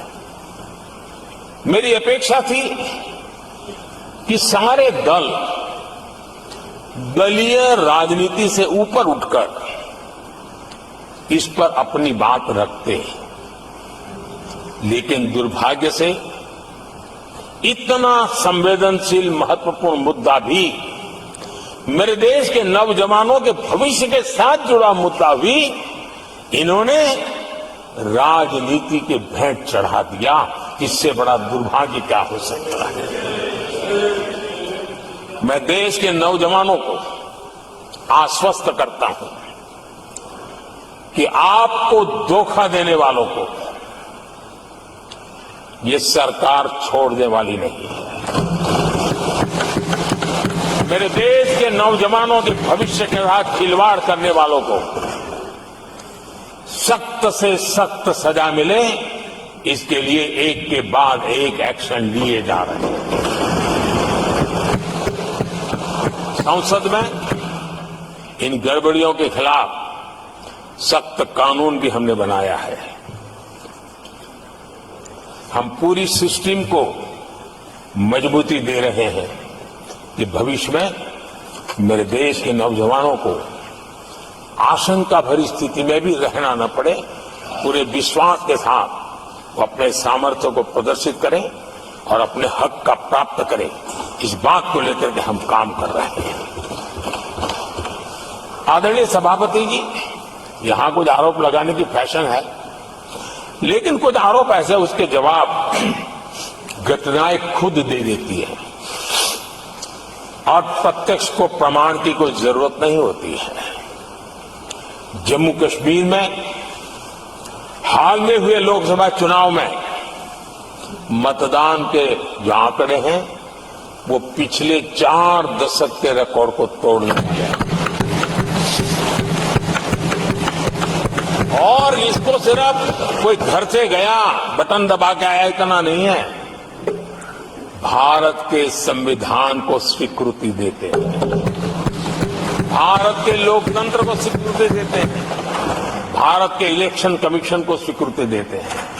ये बहुत बड़ी सक्सेस है आदरणीय सभापति। देशवासी जिस पल की प्रतीक्षा करते थे वो आज इतनी सहज सरलता के सामने दिख रही है। आदरणीय सभापति, बीते अनेक दशकों में बंद, हड़ताल, आतंकी धमकियां, इधर उधर बम धमाके की कोशिशें एक प्रकार से लोकतंत्र पर ग्रहण बनी हुई थी। आज इस बार लोगों ने संविधान पर अटूट विश्वास रखते हुए अपने भाग्य का फैसला लिया है। मैं जम्मू कश्मीर के मतदाताओं को विशेष रूप से बधाई देता हूं। आदरणीय सभापति, जम्मू कश्मीर में आतंकवाद से हमारी लड़ाई एक प्रकार से अंतिम दौर में है, अंतिम चरण में है। आतंक के बचे हुए नेटवर्क को भी हम सख्ती से नेस्त नाबूद करने के लिए पूरी व्यूहरचना के साथ आगे बढ़ रहे हैं। बीते 10 वर्षों में पहले की तुलना में आतंकी घटनाओं में बहुत गिरावट आई है।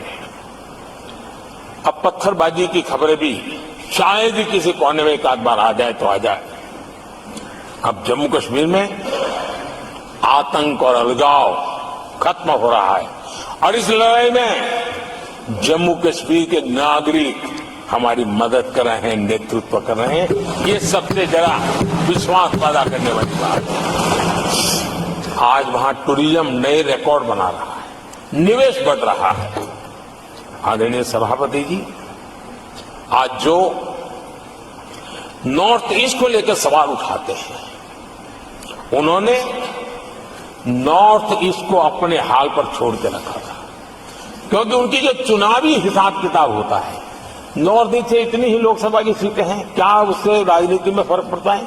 कभी कोई परवाही नहीं, उसे उनके नसीब पर छोड़ दिया था। हम नॉर्थ ईस्ट को आज देश के विकास का एक सशक्त इंजन बनाने की और ताकत से लगे। नॉर्थ ईस्ट पूर्वी एशिया के साथ ट्रेड, टूरिज्म और कल्चरल कनेक्टिविटी उसका गेटवे बन रहा है। और ये जो कहते हैं ना 21वीं सदी भारत की सदी, उसमें ये इनिशिएटिव बहुत बड़ा रोल प्ले करने वाला है। ये हमें स्वीकार करना होगा।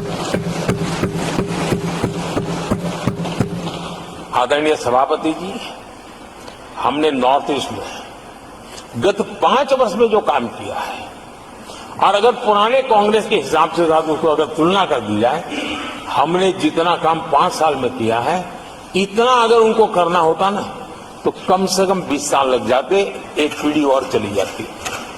हमने इतना तेजी से काम किया है। आज नॉर्थ ईस्ट की कनेक्टिविटी उसके विकास का मूलभूत आधार है, उसको हमने प्राथमिकता दी है।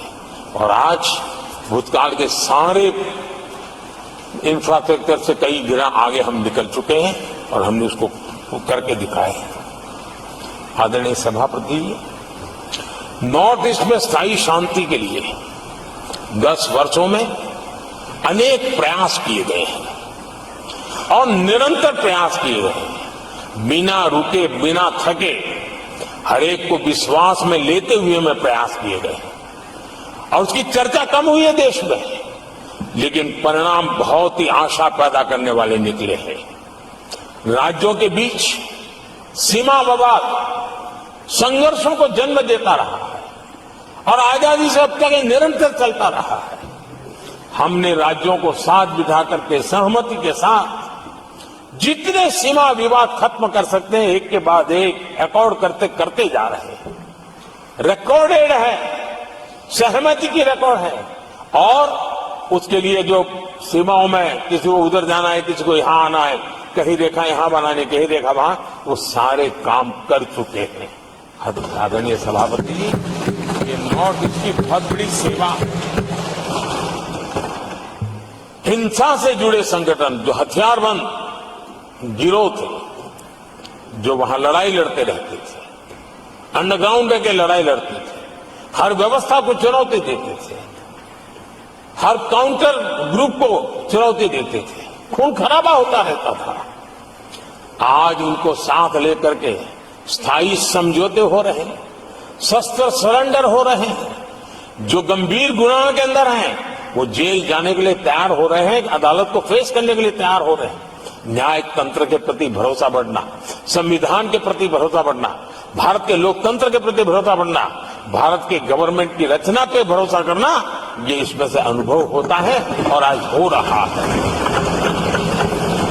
आदरणीय सभापति जी, मणिपुर के संबंध में मैंने पिछले सत्र में विस्तार से बात कही थी, लेकिन आज मैं फिर से एक बार दोहराना चाहता हूं। मणिपुर की स्थिति सामान्य करने के लिए सरकार निरंतर प्रयासरत है। वहां जो कुछ भी घटनाएं घटी, 11,000 से ज्यादा एफआईआर की गई है। मणिपुर छोटा सा राज्य है, 11,000 एफआईआर की गई है। 500 से ज्यादा लोग अरेस्ट हुए हैं। आदरणीय सभापति जी, इस बात को भी हमें स्वीकार करना होगा कि मणिपुर में लगातार हिंसा की घटनाएं कम होती जा रही है। इसका मतलब शांति का आशा रखना, शांति पे भरोसा करना संभव हो रहा है।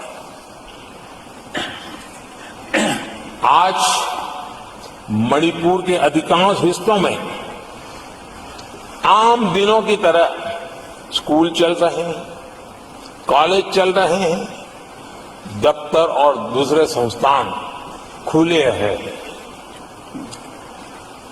आदरणीय सभापति जी, मणिपुर में भी जैसे देश के अन्य भागों में परीक्षाएं हुई, वहां भी परीक्षाएं हुई है और बच्चों का अपनी विकास यात्रा जारी रखी है। आदरणीय सभापति, केंद्र और राज्य सरकार सभी से बातचीत करके शांति के लिए, सौहार्द रास्ता खोलने के लिए लगातार प्रयास कर रही है। छोटे छोटे इकाइयों से को जोड़ करके इन ताने बाने को गूंथना एक बहुत बड़ा काम है और शांतिपूर्ण तरीके से हो रहा है। बीते समय में पहले की सरकारों में ऐसा नहीं हुआ है। गृह मंत्री स्वयं कई दिनों तक वहां रहे, गृह राज्य मंत्री हफ्तों तक वहां रहे और बार बार वहां जाकर के संबंधित लोगों को जोड़ने का प्रयास करते रहे।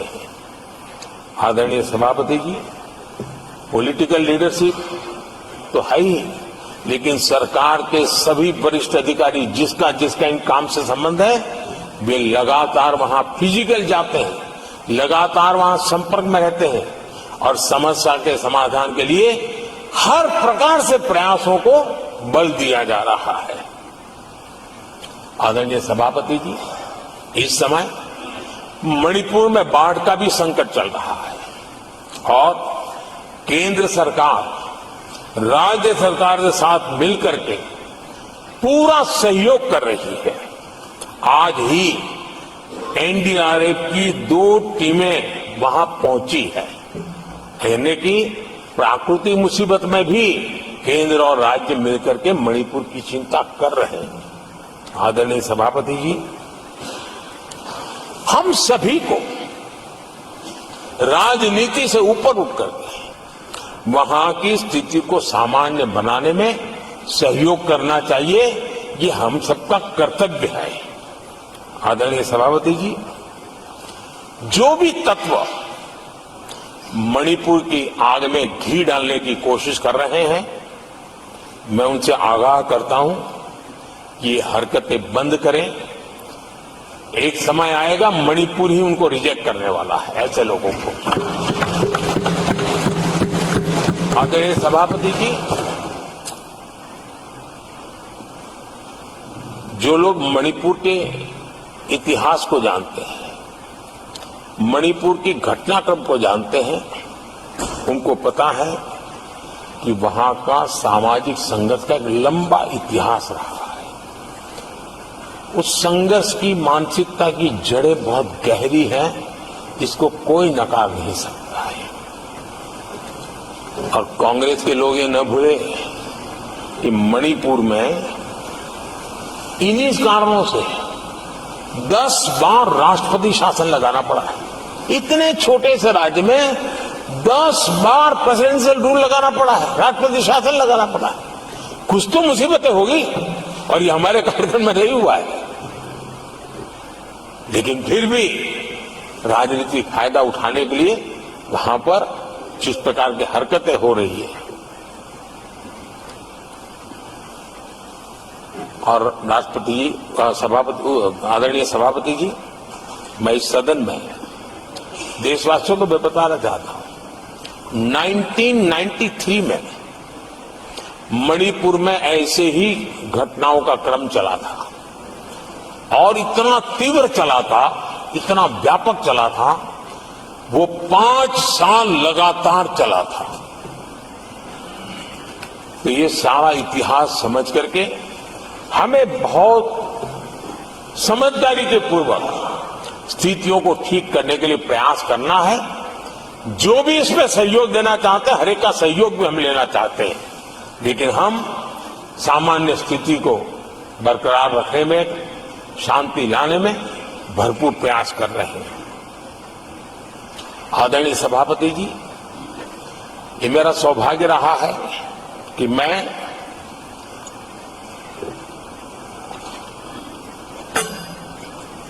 प्रधानमंत्री प्रधान सेवक के रूप में यहां आया।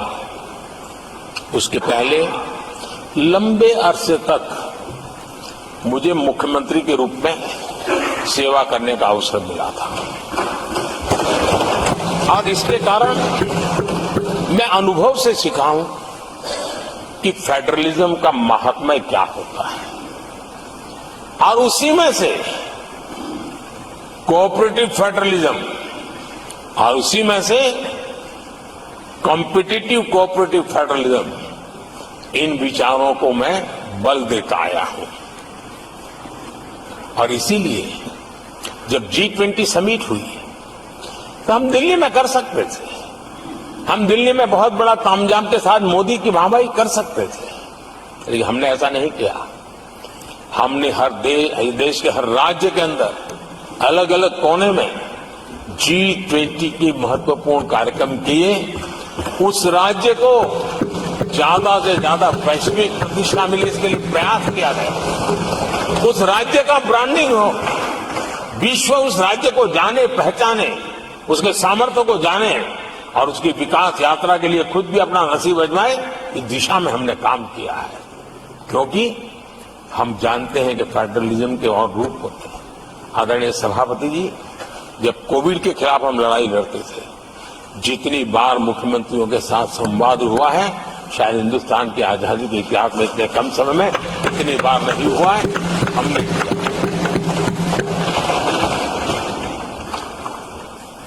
आदरणीय सभापति जी, ये सदन एक प्रकार से राज्यों से जुड़ा हुआ सदन है, और इसलिए राज्यों के विकास के कुछ फोकस एरिया, उसकी चर्चा इस सदन में करना मैं उचित मानता हूं। और मैं कुछ आग्रह भी साझा करना चाहता हूं। आज हम एक ऐसी स्थिति में हैं जहां हम अगली क्रांति का नेतृत्व कर रहे हैं। इसलिए सेमीकंडक्टर्स और इलेक्ट्रॉनिक मैन्युफैक्चरिंग जैसे सेक्टर्स में हर राज्यों ने बड़ी प्राथमिकता से साथ अपनी नीतियां बनानी चाहिए, योजनाओं लेकर के आगे आना चाहिए।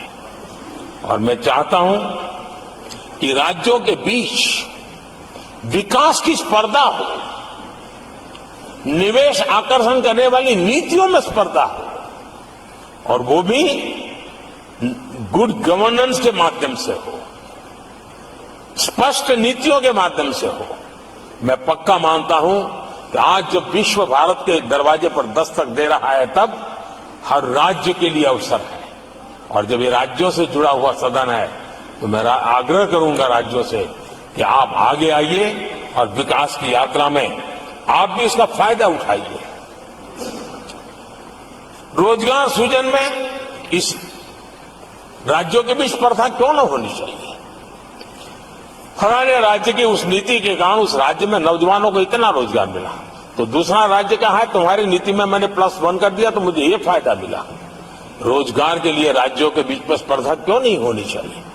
मैं समझता हूं कि ये देश के नौजवानों के भाग्य को बदलने में बहुत काम आएगा।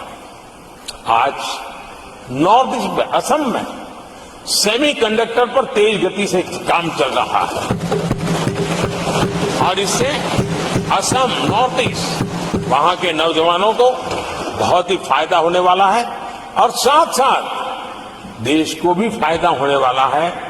और नॉर्थ ईस्ट की धरती, क्योंकि एक राज्य सरकार जब एग्रेसिवली नीतियों को लेकर के आती है, तो उसका आदरणीय सभापति जी, यूएन ने 2023 को ईयर ऑफ मिलेट्स के रूप में घोषित किया था।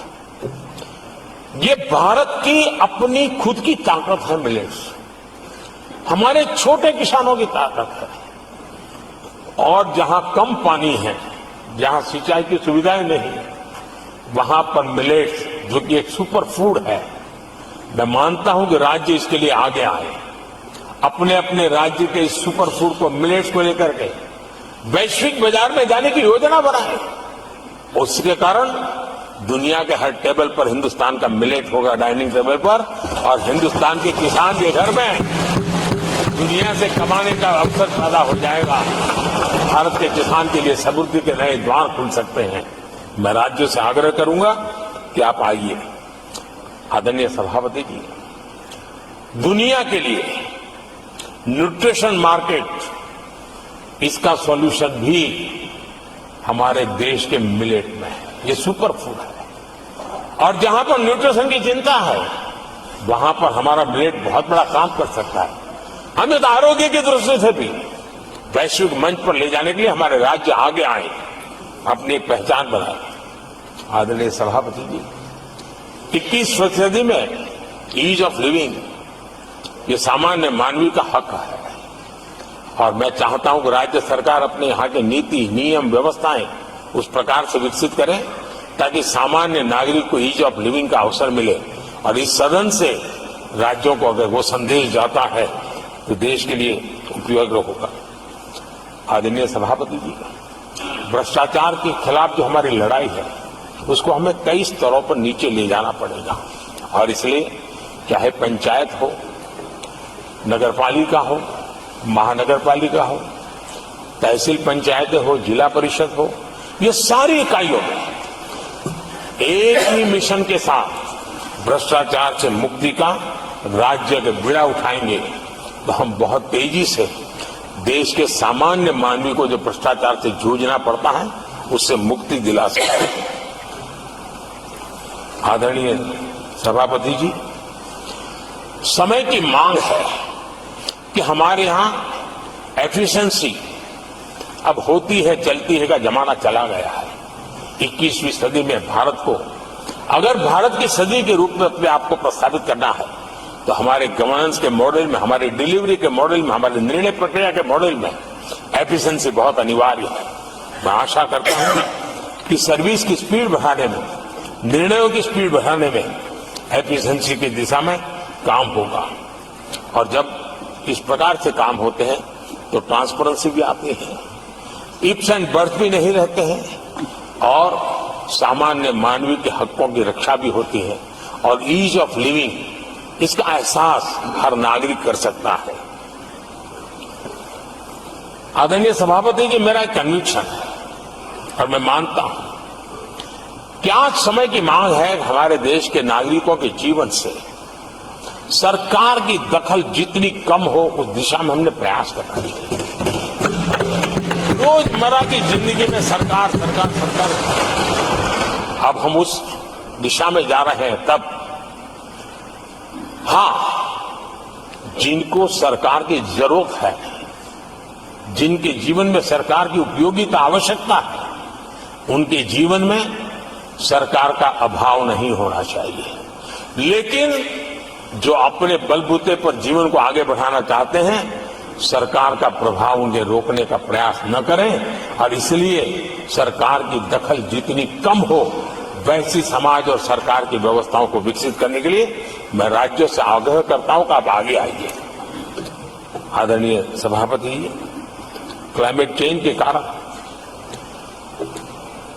प्राकृतिक आपदाओं की स्थिति बढ़ती जा रही है और वो किसी को एक कोने में करने वाला काम नहीं होता है। हमने सामूहिक रूप से मिलकर के काम करना होगा। राज्यों ने अपने सामर्थ्य बढ़ाना होगा ताकि प्राकृतिक आपदाओं को हम पूरा, पीने के पानी की व्यवस्था वो भी उतना ही महत्व देना होगा। सामान्य मानवीय को आरोग्य की सेवा वो भी उतना ही महत्व देना होगा। और मैं मानता हूं कि हमारे राज्यों में राजनीतिक इच्छा शक्ति के साथ इन मूलभूत कामों की दिशा में हमारे राज्य जरूर जुड़ेंगे। आदरणीय सभापति जी, ये दशक और ये सदी भारत की सदी है, लेकिन भूतकाल हमें कहता है कि अवसर तो पहले भी आए थे, लेकिन हम अपने ही कारणों से अपने अवसरों को खो चुके थे। अब हमें अवसर खोने की गलती नहीं करनी है। हमें अवसरों को ढूंढना है, हमें अवसरों को जकड़ना है और अवसरों के सहारे हमें अपने संकल्पों को सिद्ध करना है, उस दिशा में जाने का। इससे बड़ा कोई समय नहीं हो सकता है जो समय आज भारत के पास है। 140 करोड़ देशवासियों के पास है, विश्व के सबसे युवा आबादी वाले देश के पास है। और इसको जो देश हमारे साथ आजाद हुए थे वो हमसे आगे निकल चुके हैं, बहुत तेजी से आगे निकल चुके हैं। हम नहीं पहुंच पाए। हमें इस स्थिति को बदलना है और इस संकल्प को लेकर के हमें जाए। जिन देशों ने 80 के दशक में रिफॉर्म्स किए, वे आज बहुत तेजी से एक विकसित देश के रूप में खड़े हो गए। हमें रिफॉर्म्स को बुरा मानने की जरूरत नहीं है, रिफॉर्म से कतराने की जरूरत नहीं है।